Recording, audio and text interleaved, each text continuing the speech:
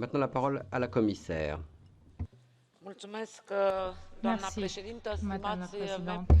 Thank you, Chers President. députés, je vous remercie pour Members, vos contributions au Thank you débat. very much for your En ce qui me concerne, contribution. As far as I'm vous le concerned, savez, je considère que nos I principaux consider partenaires, that our quand il main s'agit de la partner politique in régionale, regional sont policy les autorités are the locales et local and régionales. regional authorities.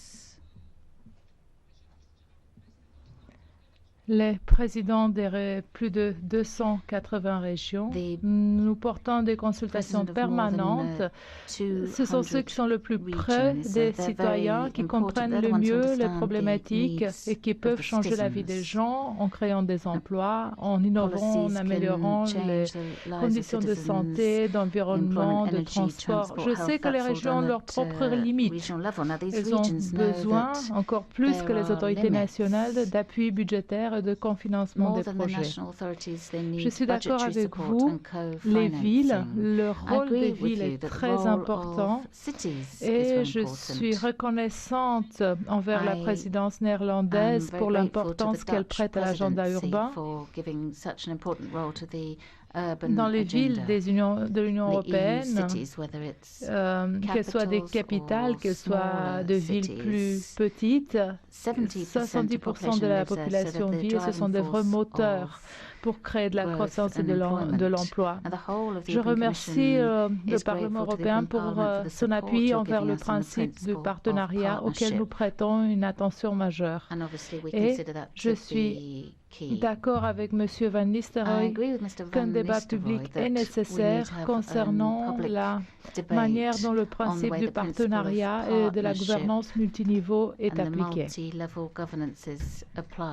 La semaine prochaine, je participerai à la plénière du Comité des régions. Nous allons discuter ce sujet et ce sera un plaisir tout particulièrement pour moi de revenir devant vous pour en parler également. Je pense qu'un échange de bonnes pratiques concernant cet aspect est nécessaire car il y a des pays qui ont la culture, la tradition des projets élaborés ensemble avec la société civile et avec les universités. Dans d'autres pays, les autorités locales et régionales pensent qu'elles doivent prendre des décisions seules sans consulter les citoyens. Voilà pourquoi nous avons prêté une attention particulière au fait que les autorités locales et régionales sont réellement impliquées dans la négociation des accords de partenariat et des programmes opérationnels. Vous savez très bien que dans la nouvelle période de programmation budgétaire, ceci est une condition ex ante. Je ne peux pas répondre à tous ceux qui ont posé des questions, mais M. Jakovčić a posé une question qui est revenue dans le débat, dans les interventions d'autres collègues. Je souhaiterais dire que tout pays peut s'organiser comme il le souhaite. Ce qui est important, c'est que cette organisation et la mise en place des projets respectent les règles dans la gestion des fonds européens. Il y a des pays tels que la Pologne, par exemple, qui est un pays centralisé, mais qui a eu une bonne performance dans le domaine des fonds européens. Mais nous avons aussi l'expérience de la France qui est passée à un système décentralisé qui fonctionne également très bien. Donc, chaque pays a le droit de s'organiser comme il le souhaite. En tout cas, nous allons continuer à suivre la manière dont le principe du partenariat est mis en pratique par les États membres. D'après l'article 5 des règles sur les fonds européens et d'investissement. En ce qui concerne la question des réfugiés, je souhaiterais vous répondre. Nous ne forçons aucun pays, aucune ville, aucune région à utiliser les fonds européens.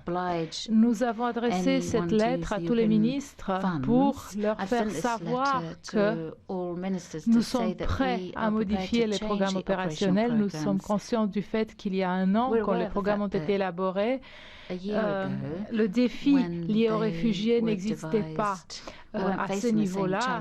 L'Italie a été le seul pays qui a demandé la modification des programmes opérationnels. Nous avons déjà dirigé 220 millions d'euros pour construire des hôpitaux mobiles, des écoles maternelles et pour faire face à d'autres besoins des migrants. D'autres pays tels que la France, les Pays-Bas, l'Allemagne utilisent déjà des fonds européens pour intégrer les réfugiés, mais il n'y a aucun lien dans nos règlements entre le fonds européen et les questions liées aux réfugiés.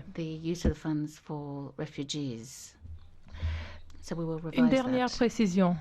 Je suis étonnée de voir qu'un membre de UKIP parle du fait que les fonds européens sont nécessaires. Je sais que vous venez d'une région moins développée qui a beaucoup souffert car des mines ont été fermées dans votre région. Ce serait un plaisir pour moi de venir dans votre région avec vous pour montrer aux citoyens britanniques comment la politique de cohésion a contribué à leur reconversion professionnelle et à créer des emplois dans une région autant éprouvée. Et cette idée de la solidarité et du besoin d'avoir une Europe unie fera, j'espère, du chemin.